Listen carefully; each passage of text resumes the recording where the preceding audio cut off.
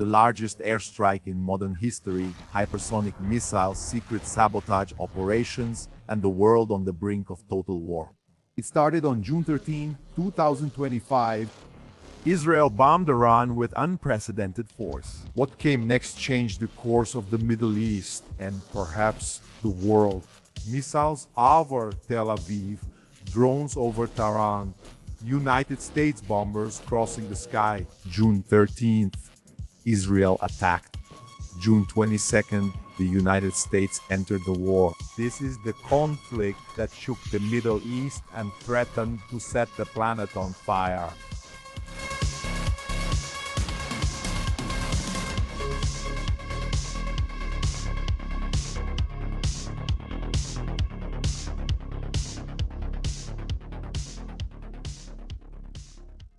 Iranian missiles fell on dozens of targets in Israel. Military civilians were affected by impacts from projectiles that are increasingly difficult to intercept by air defenses. Meanwhile, Israeli drones and fighter jets flew freely toward Iran, continuing to blow up military targets, energy production centers, and government propaganda stations. Judicial. All of this started after one of the most impressive attacks in history. In short, in the early hours of June 13th, Israel launched its most significant attack against Iran in modern history.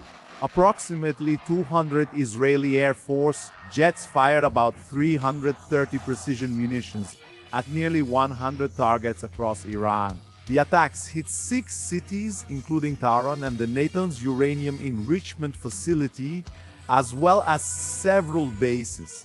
The surface infrastructure supporting Iran's underground nuclear facilities was also targeted.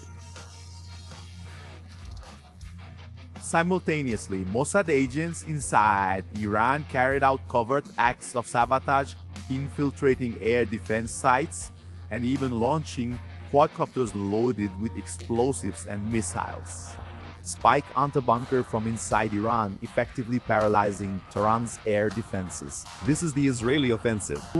It severely disrupted Iran's military leadership, resulting in the death of at least 20 high-ranking Iranian commanders in the first wave. Numerous top officials of the IRGC Aerospace Force, responsible for Iran's missile program, were killed when Israel struck a command bunker in Tehran. Lookout. Several key nuclear scientists were also killed in the coordinated attacks, throwing Iran's defense infrastructure into chaos. Iran's supreme leader quickly appointed new commanders, including General Abdel Harim Mossad, with the Chief of Staff, and Mohammad Pakpour to lead the IRGC, promising to end the war that Israel had started. That night, Iran launched its first major retaliation. About 100 armed drones. The Jordanian military intercepted several projectiles that strayed into their airspace. Later, on June 13, Iran fired a salvo of ballistic missiles that lit up the sky over Tel Aviv. Israel reported the launch of at least 100 missiles and stated that most were intercepted or fell short of their target. However, air raid sirens sounded throughout central Israel, and the population rushed to air raid shelters. For the first time in the conflict, this was just the beginning.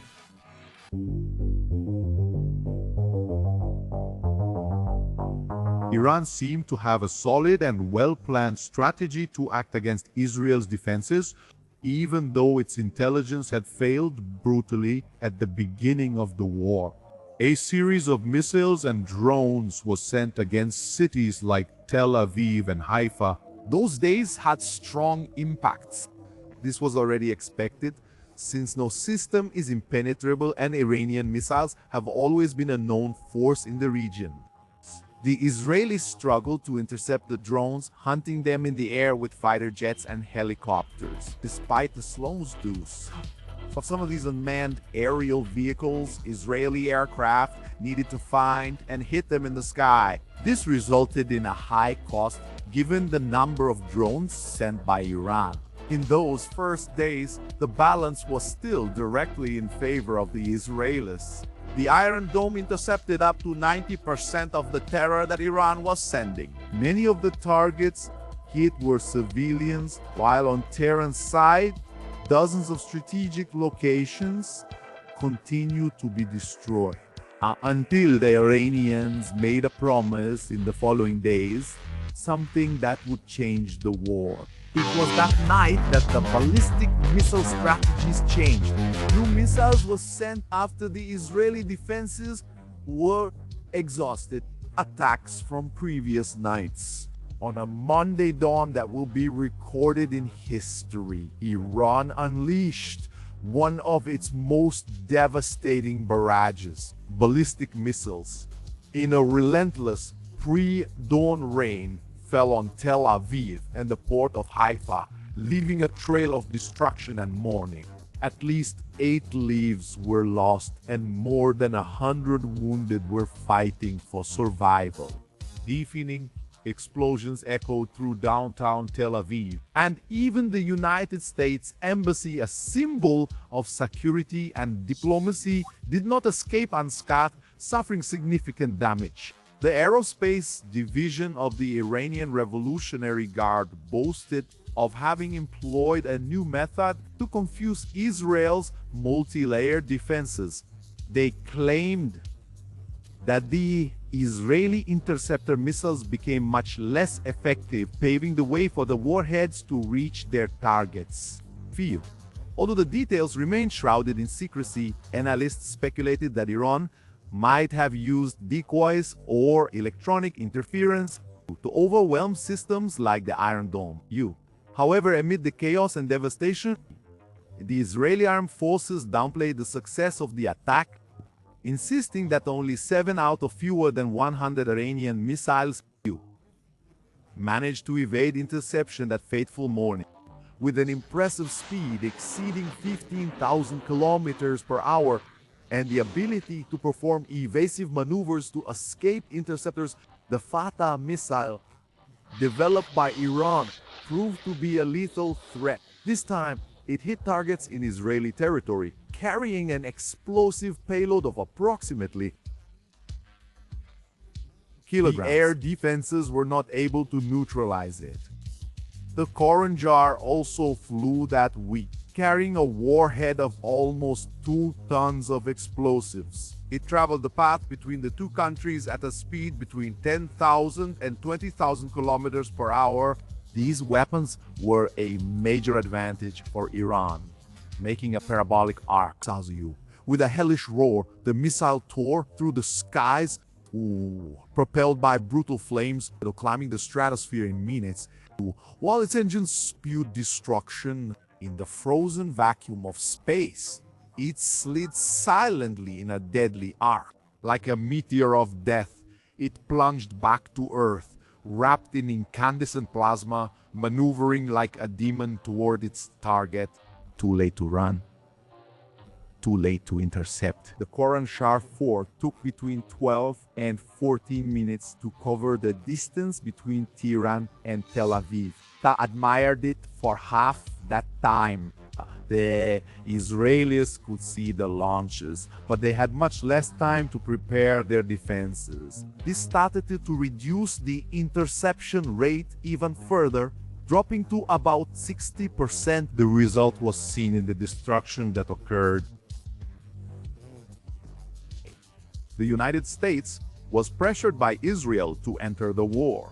Spokespersons made it clear that Washington was not part of the initial operation, but would offer full logistical and diplomatic support.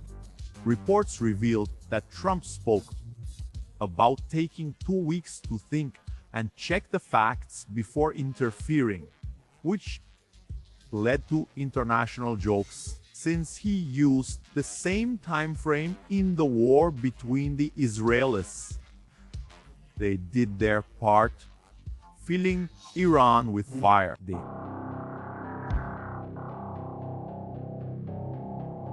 By June 16, the Israel Defense Forces had already declared absolute air supremacy over Iran on a night of metallic fury. Israeli fighter jets and drones descended like a storm over enemy territory, annihilating dozens of launch bases and radar stations, destroying, according to reports, more than a third of Iran's mobile missile launchers. Israeli drones tracked the missile launchers and air defense systems through the streets of Tehran, watching as the weapons, disguised as civilian trucks, moved until the right moment to be blown up. These targets kept being found over the days and were constantly blown up. The degradation of air defenses kept further weakening Iran's ability to resist attacks. Even with their success in penetrating the Iron Dome defenses, the Iranians didn't have much to celebrate.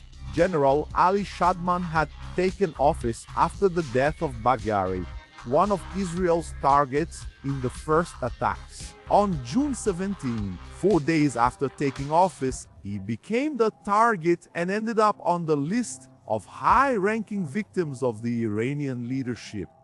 While the skies were burning, the Iranian Air Force was notable for its absence, chained by Israeli dominance, and the damage to runways and command centers hit in previous attacks. Helicopters and planes continued to be hit on the runways, being almost unable to take off, with all Iranian force limited to launched missiles. At least 5 one Cobra helicopter donated decades ago by the United States before the Iranian Revolution were hit. Many of these had been modernized and were still in use.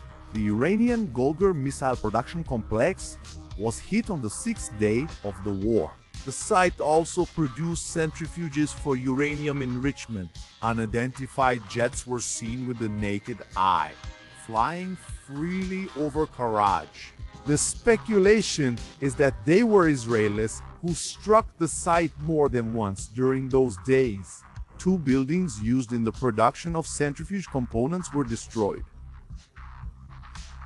The Iranians retaliated. The attacks in Haifa, an important port city in northern Israel with a key strategic role, continued. It is home to the main Israel Defense Forces naval base, where submarines, corvettes, and other military vessels are stationed. In addition, the city is home to the Bazan refinery, the largest petrochemical complex in the country, further strengthening its economic and national security significance. The air defenses kept going up to intercept the Iranian threats. But what was a threat while it was in the sky turned into punishment once it materialized? When it hit the ground, exploding in several important locations in the city, destruction was becoming part of daily life. And in Haifa, in the United States, Democratic leaders and part of the press pressure Trump about the risk of getting involved in a new war, something he had promised he wouldn't do. The American president called the United States Personal Security Cabinet and was evacuated. The Russians also evacuated their scientists who had helped with the Iranian nuclear program. There was an increasing movement of Brazilian bombers and other American equipment, with increasingly contradictory information in the media.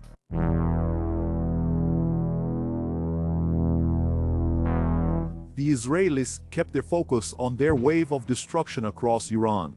It was never a secret that Iran exercised control over forces like Hamas in Gaza, Hezbollah in Lebanon, and the Houthis in Yemen, as well as other minor groups in Iraq and Syria. Many of these groups have attacked Israel over the years, and one man was responsible for arming them, Bernan Shariari, wanted by the Israelis since 2009. Born between 1965 and 1968, he orchestrated the illegal transfer of weapons to allies like Hezbollah and Hamas, weaving a web of influence throughout the Middle East. His expertise extended to financing terror, moving oil and money to sustain the Iranian war machine. which earned him international sanctions. Shariari was linked to the transfer of ammonium nitrate and led to the Beirut port explosion in August 2020, an incident that killed hundreds of people. The Israelis' focus was deadly. Thus, another high-ranking official of the Quds Force from the Islamic Revolutionary Guard Corps Iran met his death, ending his career in June 2025. The Iranian intelligence building was also hit during this period. It wasn't the only one. The Ministry of Justice met the same fate. Iranian propaganda was affected as well. In one of the cruel ironies of war, Iranian television was hit while it was loudly proclaiming that Israel would not defeat them. The building was destroyed. Flames took over the place, devouring the Iranian propaganda. In a wild metaphor for chaos, in that conflict, the Israelis watched from afar as that target burned in the city's center, making it clear that their objectives would continue to be achieved.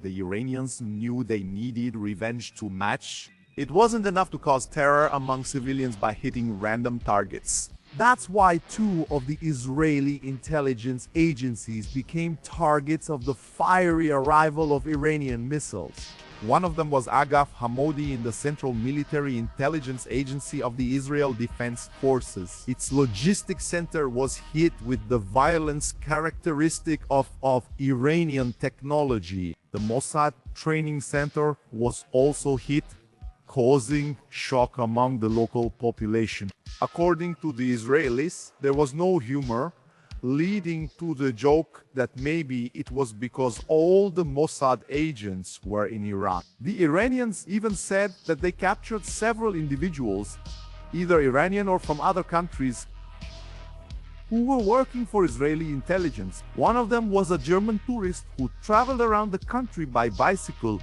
taking photos and sending the locations of important military positions.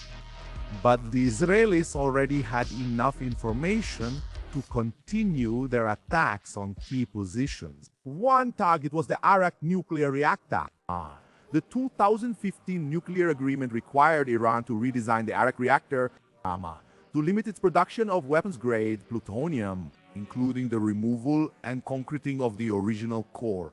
However, reports emerged that Iran obtained duplicate tubes, allowing it to quickly restore the original capacity if necessary. Israel accused the country of not fully complying with the deactivation. Iran informed the International Atomic Energy Agency that it planned to operate the reactor in 2025, claiming medical purposes. The site was hit by Israeli missiles well before that, this time not with an airstrike like before, because of the site's air defense risks. The success was confirmed by satellite images, but the extent of the damage was not confirmed. The Iranians tried to rebuild some areas and missile launchers that had previously been hit, but their work was interrupted by death that came from the sky.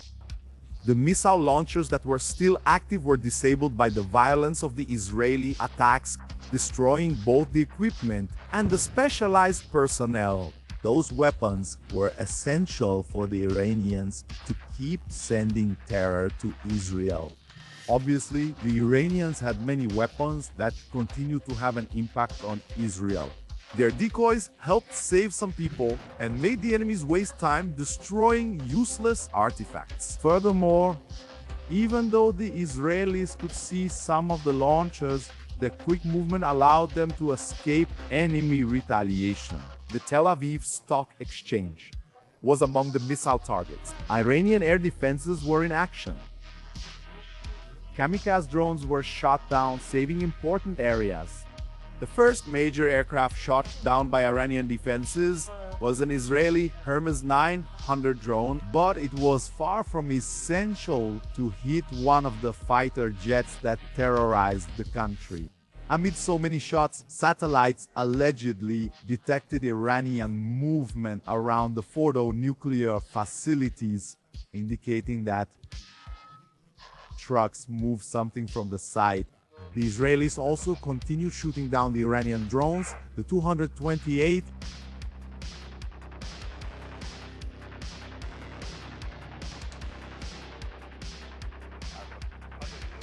They also took the opportunity to launch a new attack in Isfahan. These successive attacks caused impressive damage, setting the stage for something worse. The explosions and smoke marked the success of the bombs. Satellite images showed how the site was increasingly ruined by Israeli attacks. Israeli planes flew as far as 2,200 kilometers to destroy a ballistic missile facility in Yas. At least 3 Korhanchar missiles exploded while still in Iran, failing to reach their intended targets in Israel. But that still wasn't the worst thing you could hear about this war.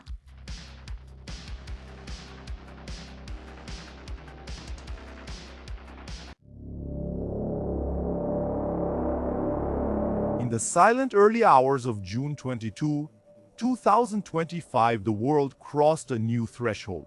For days, the Middle East had trembled under the roar of missiles, but nothing, absolutely nothing, compared to what was about to come.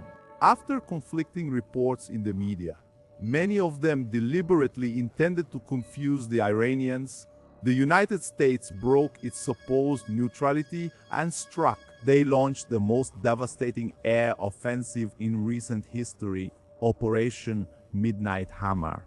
The goal was clear and brutal: to annihilate once and for all the underground heart of the Iranian nuclear program. For 9 days, Israel waged a blitzkrieg against the nerve centers of the Iranian regime, Kundu. It bombed bases, decapitated generals, but encountered an insurmountable barrier: deep concrete. And the silence of Fordo, Natanz, and Isfahan, where the centrifuges were still spinning in the bowels of the mountain, a powerful hammer was needed to break the danger deep within the earth. In the dead of night, 7 B-2, a Spirit bombers coming from the American continent, crossed oceans and deserts invisible to radar. With them, they carried the weight of destruction. 14 guided bomb unit 57 ABs, each weighing 13.6 tons, forged to crush mountains as if they were clay. Off the coast of Iran, in the absolute darkness of the Gulf of Oman, American submarines and destroyers opened fire, launching dozens of Tomahawk Block V missiles at anti-aircraft batteries, radars, and fortified entrances. The first explosions lit up the sky over Iran. The radars were blinded, the batteries silenced, the ground began to shake, and the bombs fell with the force of an earthquake. One by one, the guided bomb unit, 57 ABs, plunged at over 1,000 kilometers per hour onto Iranian soil, burrowing dozens of meters deep, until they blew up the core of the tunnels, where Iran was hiding its atomic dreams. The United States attacked 3 Iranian nuclear facilities: Fordo, Natanz, and Isfahan. There was discussion about the outcome of that destructive power, about facilities buried so deep in the ground and concrete. The International Atomic Energy Agency stated that it was still not possible to fully assess the impacts. But the marks at Fordo were a grim image of how those bombs went down through the ground and exploded underground without releasing large flames or smoke. Only the Balando base in the depths of Iran. There was some collapse of the ground and the entrances seemed to have been closed because of it. The Iranians claimed there were no problems, that the ground was already there and that all the material had been removed. Days earlier, the Israelis claimed that Fordo was not destroyed, but severely damaged. In Natanz, it was the opposite. Because it is less deep, it was hit by 2 bombs. It was said to have been completely destroyed when the force of the explosion shook the entire structure and made the ground tremble, burying those who were not directly crushed by the deadly force that spread across the land. Isfahan, hit by Tomahawk missiles, burned in flames that only went out the next day, when the images revealed the marks of destruction. Iran responded with anger and pain, accused the United States of international terrorism, and promised revenge at the appropriate time. It threatened to close the Strait of Hormuz, through which a large part of the world's oil is transported. The United States Secretary of Defense stated that the attacks were intentionally limited and certainly not open, aiming only at the destruction of nuclear capabilities and not at regime change. President Donald Trump said the attacks were very successful and warned against any retaliation, saying, "Remember, these were tough targets and there are many targets left, much easier ones." Operation Midnight Hammer was not just an attack, it was a geopolitical milestone, a dangerous show of force. But the hammer that fell from the sky that night didn't just break concrete, it cracked the thin surface of the world order. And now, under the dust of the Iranian mountains, the world waited to see if the war had been contained or had just begun.